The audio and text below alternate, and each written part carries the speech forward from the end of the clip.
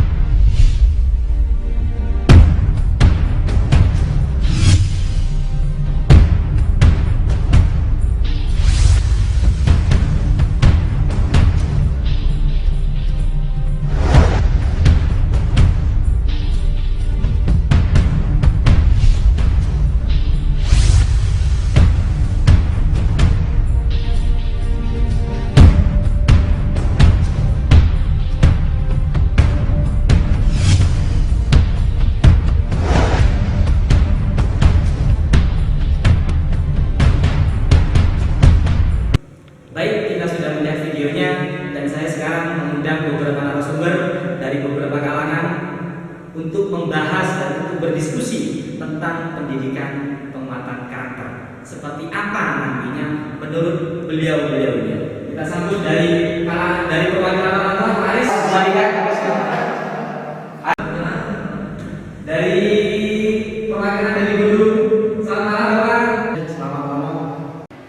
Oke. Terus juga ada dari pengamat pendidikan, dari aktivis muda. Selamat malam Mas Syaful. Malam. Dan ada tamu kita juga dari kalangan mahasiswa. Selamat malam Mbak. Ini Bapak Aris. Sekarang kita mempunyai tema yang akan kita diskusikan, yaitu pendidikan penguatan karakter. Sebelumnya, saya ingin tahu gimana sih pendapat Bapak tentang pendidikan di negara ini sekarang? Kalau menurut saya pendidikan saat ini itu masih kurang ya Mas. Karena murid itu dituntut pintar tentang tapi untuk akhlaknya itu masih kurang. Jadi seseorang itu hanya melihat orangnya saja. Ya. Jadi kalau untuk masalah ke orang tua, tata krama orang tua, ke teman sebayanya atau masyarakat masih kurang. Oke. Sebelum lebih lanjut, saya tanya kepada salah satu pengajar, perwakilan salah satu pengajar. Dua masalah apa sih? Enaknya apa yang sudah disampaikan Pak Aris tadi? Apakah benar hanya untuk menciptakan yang cerdas-cerdas? Atau benar hanya untuk pintar-pintar atau tidak kita berikan beberapa sekali? Ya, untuk pada saat hari ini ya, untuk kondisi pendidikan kita memang kita masih targetnya ke nilai, jadi seperti itu. Jadi memang untuk segi dari moral sendiri itu masih, saya rasa ya memang masih kurang.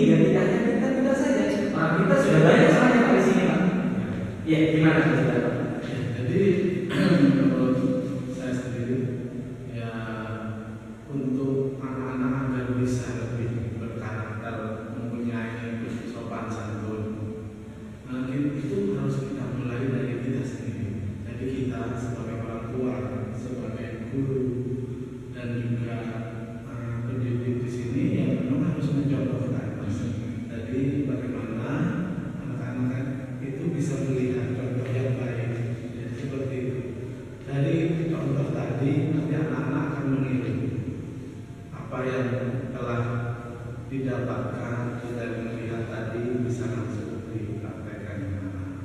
Jadi seperti itu. Oke, saya sekarang tanya sama ibu, karena ibu adalah salah satu ibu dari orang tua murid ya. Ya, saya tanya, menurut ibu apakah efektif kalau diberikan di sekolah tentang pendidikan penguatan karakter tersebut yang seperti disampaikan oleh Pak Imadi tadi?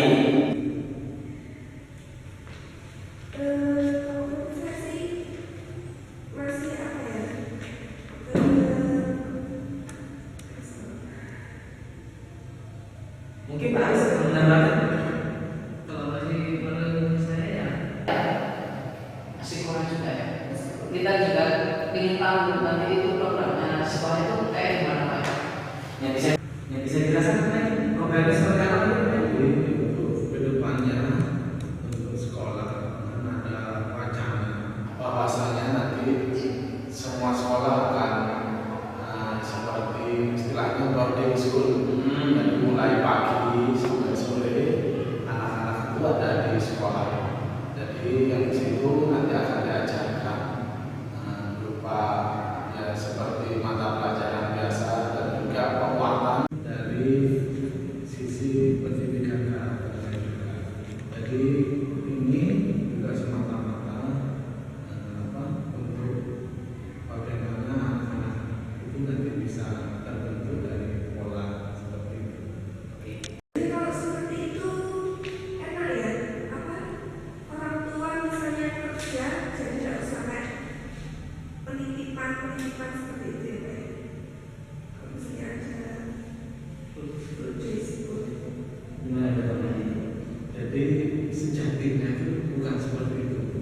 Jadi kita untuk boarding school sendiri, jadi ini adalah bentuk dari kerjasama antara sekolah, pihak orang tua dan lingkungan. Jadi bagaimana nantinya bisa membentuk karakter anak. Jadi di situ bukan bahasa kasarnya, bukan anak itu diserahkan kepada sekolah sepenuhnya. Jadi tanpa ada istilahnya pengawasan dari orang tua nanti di rumah seperti apa. Jadi kalau kita sebagai yang di sekolahnya membimbing saja, tapi di sekolah di rumah ada hal-hal yang di sekolah itu bertentangan, itu ya sama juga. Nanti hasilnya juga pendidikan mental ini percuma. Seperti itu. Oke, Instruksi Pak. ya silakan Bapak. Ini caranya gimana agar orang tua itu supaya sudah tahu kalau apa yang diajarkan di sekolah itu tentang apa saja. Jadi orang tua nanti itu gimana agar tahu juga tentang namanya waktu di sekolah nanti kita bisa terapkan nanti di rumah. Jadi butuh kegiatan nanti. Jadi nanti jadwal kegiatannya kita harus share kepada orang tua biar orang tua tahu seperti apa kegiatan anak-anaknya di sekolah. Mungkin Pak Madi bisa menjelaskan seperti apa nanti kegiatannya, full day school-nya itu seperti apa? Untuk kegiatan budaya sekolah sendiri itu sudah ada tampilannya dan sudah kita cetak. Ya nanti untuk program yang akan kita berikan. Jadi seperti biasa pagi masuk jam 7. Nanti jam 7 itu ya pelajaran biasa. Siangnya nanti kita menerapkan untuk siang atau sore kita menerapkan untuk pelajaran pendidikan karakternya. Jadi di sini nanti kita sebagai pihak sekolah akan seperti membentuk grup WA di media sosial yang nanti agar semua orang tua siswa bisa mengetahui informasi terkini yang telah kita pelajari di sekolah, apa yang harus diterapkan di rumah itu biar nanti nyambung. Seperti kita dapat contohkan ya mungkin kalau di sekolah ada larangan seperti dilarang merokok ya Pak. Jadi nanti itu diterapkan juga di rumah. Jadi contohnya mungkin kalau di sekolah dilarang merokok, berarti kalau di ibu tidak boleh merokok di hadapan anak atau mungkin sekedar untuk menyuruh membelikan. Oke, itu kan dari pandangan seorang guru dan pandangan seorang orang tua. Saya sekarang tanya pandangan dari aktivis atau pengamat dari dunia pendidikan, Mas Saiful. Ya, ini Saiful. Full day school itu efektif nggak untuk merubah tata krama, merubah akhlak, merubah sopan santun dari siswa? Efektif nggak menurut Saiful? Kalau menurut saya ya efektif, tapi di sisi lain itu masih apa ya, kayak ada terkekang dari segi psikis anak. Soalnya anak di sisi lain itu masih butuh hiburan, untuk refreshing, untuk apa itu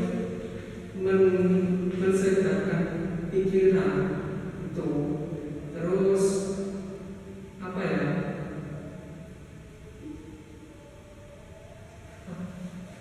kalau itu ngumpul di sekolah Ada anak itu bermainnya.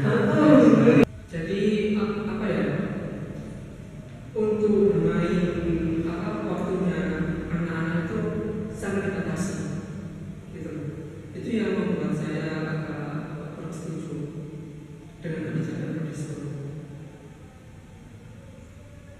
Oke, sekarang saya kembalikan lagi ke perwakilan guru. Apakah benar nanti anak-anak dibatasi bermainnya, dibatasi ruang bebasnya, ruang geraknya, sehingga kalau saya tangkap kalau dengan bermainnya tidak bebas atau gaya geraknya tidak bebas, itu akan mempengaruhi psikisnya. Itu gimana solusi dari Bapak? Itu gimana solusi dari Bapak? Jadi untuk konsep full day school sendiri itu bukan istilahnya merampas waktu bermainnya anak, tapi di sisi lain seperti ini. Jadi bentuknya mungkin mainnya istilahnya terkondisikan. Jadi anak-anak lebih terarahkan nanti ke bidang budayanya, musik juga kan akan di sekolah juga ada unsur-unsur budaya juga yang memang harus diberikan. Jadi anak-anak itu kita kolaborasikan juga antara pendidikan dan juga bagaimana ada unsur juga bermainnya. Jadi budaya-budaya itu ya kita bagaimana mengemasnya secara baik, dan juga anak-anak dari situ bisa merefresh otak mereka itu dari ya pelajaran kebudayaan. Oke, kalau begitu nanti apakah berpengaruh dalam lingkungan anak itu menjadi pendiam, mengatur? Karena nanti anak-anak pastinya itu tertekan dengan full day school, ya kan? Karena dia tidak punya ruang gerak, tidak punya tempat main yang bebas di sana sini, hanya mainnya ada di sekolah. Atau seperti apa? Untuk konsep full day school sendiri ini nanti akan kami tata sedemikian rupa bagaimana hak bermain dari anak itu tetap ada, tapi di situ tetap dalam lingkungan pendidikan karakter. Jadi mungkin kalau yang biasanya main kejar-kejaran atau mungkin bermain sepak bola, hal-hal yang lain, nanti ya tetap ada olahraga, terus unsur-unsur mungkin mainnya, unsur-unsur main yang zaman tempo dulu. Jadi seperti itu. Mungkin nanti kita ajak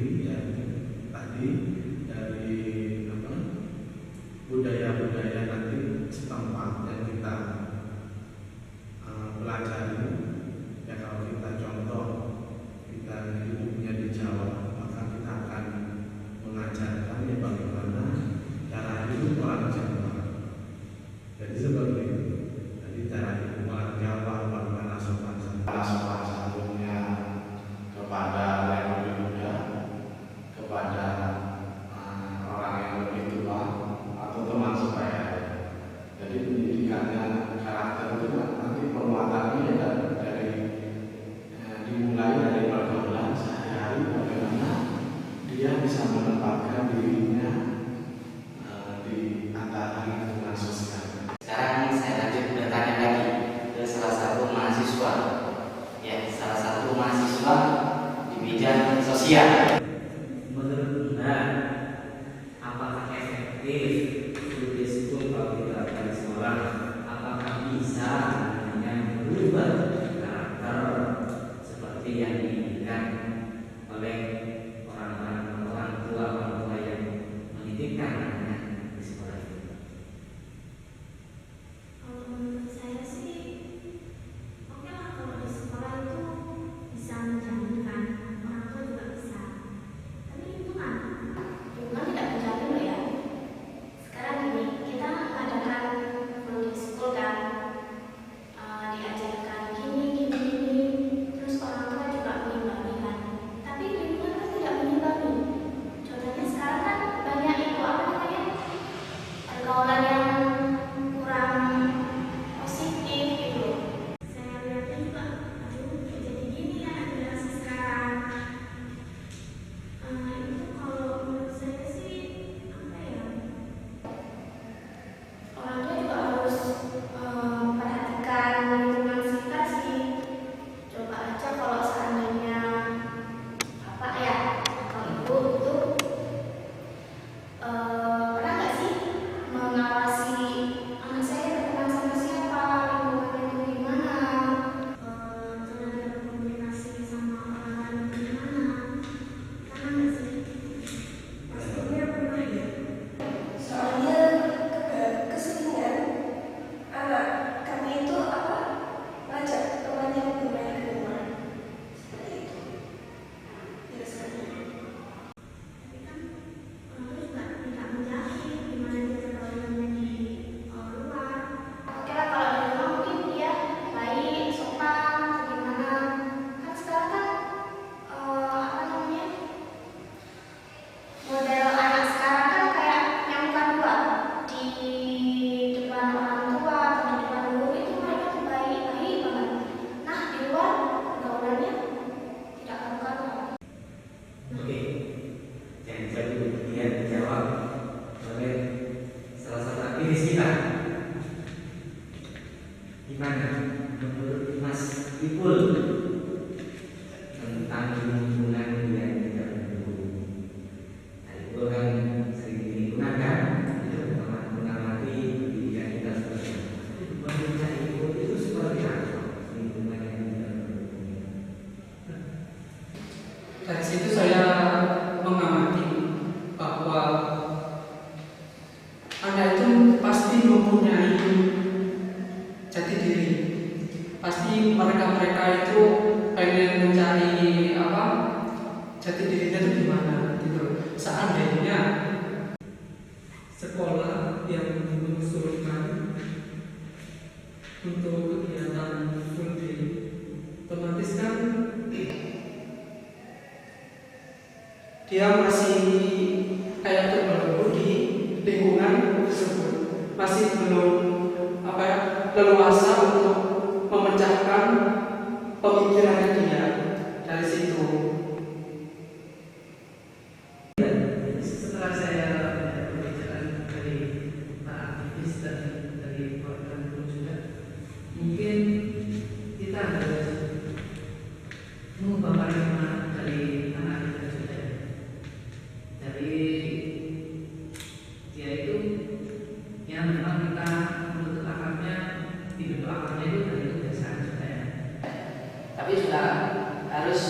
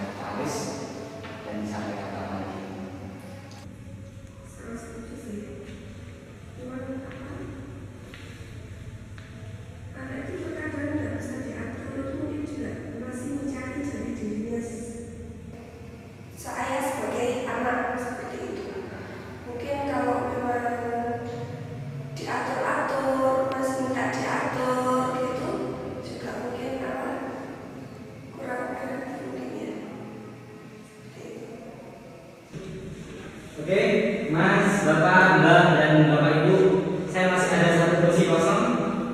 Di sini saya akan mengundang dari salah satu ilmuwan psikologisnya, ya, bagaimana menurut beliau tentang full day school tersebut, mengubah karakter dengan full day school tersebut, ya. Oke, langsung saja saya undang Bapak Raden, monggo silakan.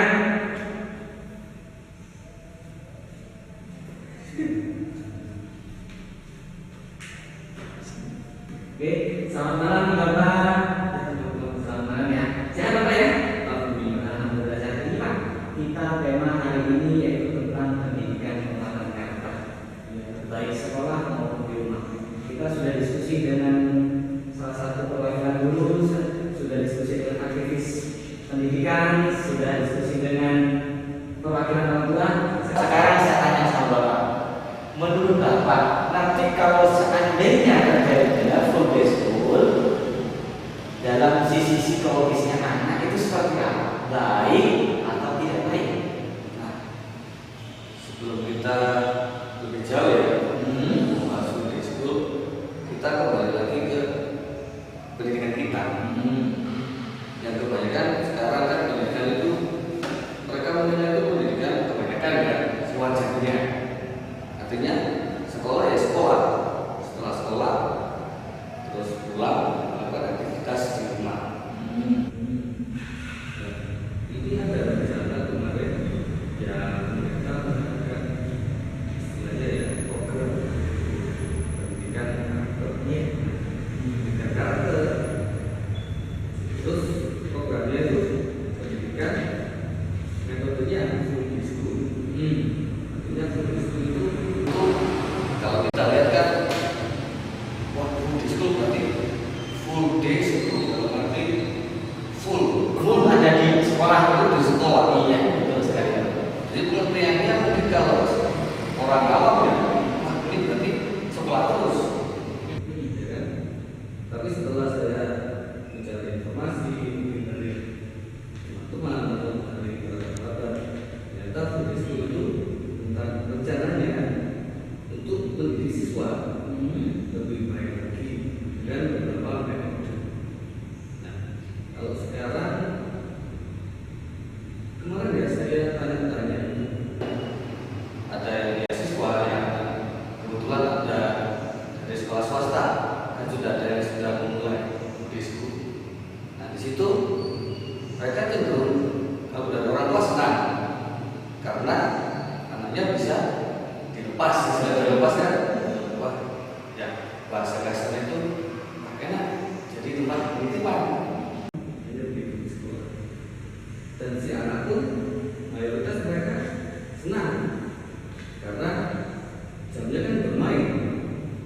Jadi kalau saya lihat ada dari teman-teman guru atau pengajar, mereka tuh jam 6 mungkin sampai jam 12 pengajaran. Setelah itu dikuatkan karakternya.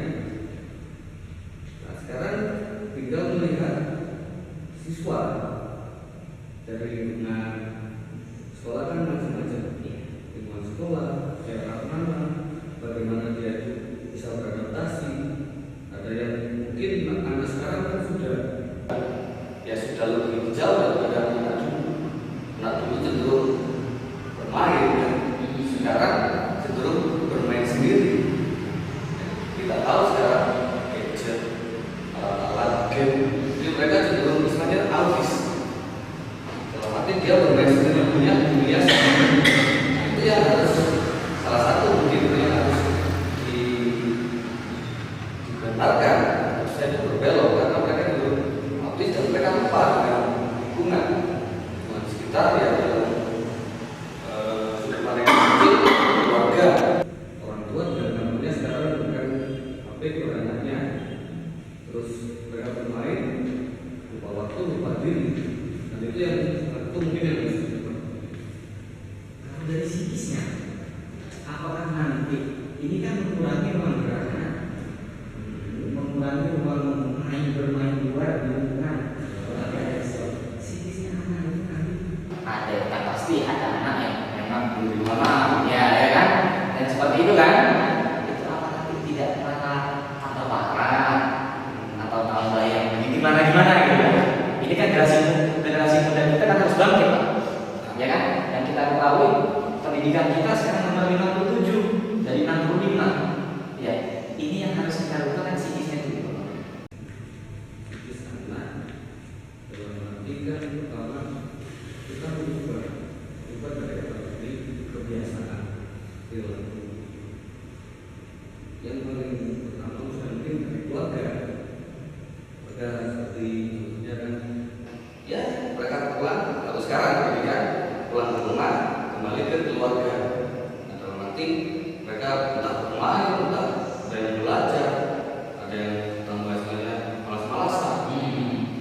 Terus sekarang juga di sekolah ya mereka cenderung besok sekolah, terus mereka sudah punya rencana biasanya setelah sekolah ngapain, entah main, ada yang setelah sekolah nanti les, setelah sekolah nanti tambah nggak ada waktu. Itu yang sekarang belum di school. Nah rencananya nanti setelah di school kan waktu istilahnya sambil bermain sambil belajar. Jadi waktu yang diperkuat karakternya ini istilahnya mungkin ya suka nari, ekstrakurikuler lainnya seperti mungkin kegiatan pramuka, organisasi itu. Tapi ya kembali lagi ke orang tua masing-masing dan guru belajar misalnya. Kita harus saling berkomunikasi. Dalam arti ya kalau kita melihat anak itu sudah mulai goyang, kita sokong dari belakang.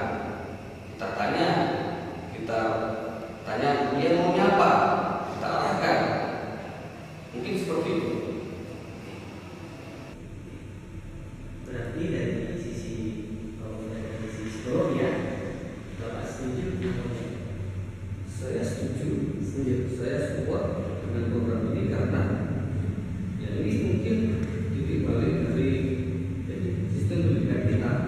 Ya segalanya mungkin butuh dicoba, butuh proses. Barangkali nanti kalau sudah keluar hasilnya akan jadi kebaikan kita semua.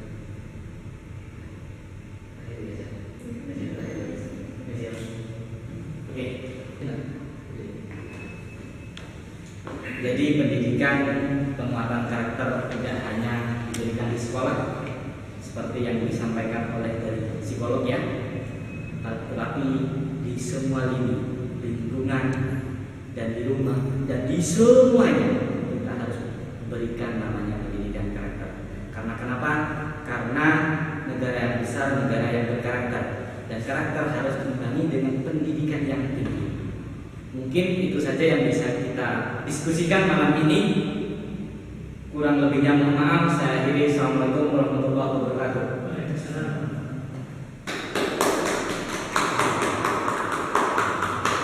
Terima kasih.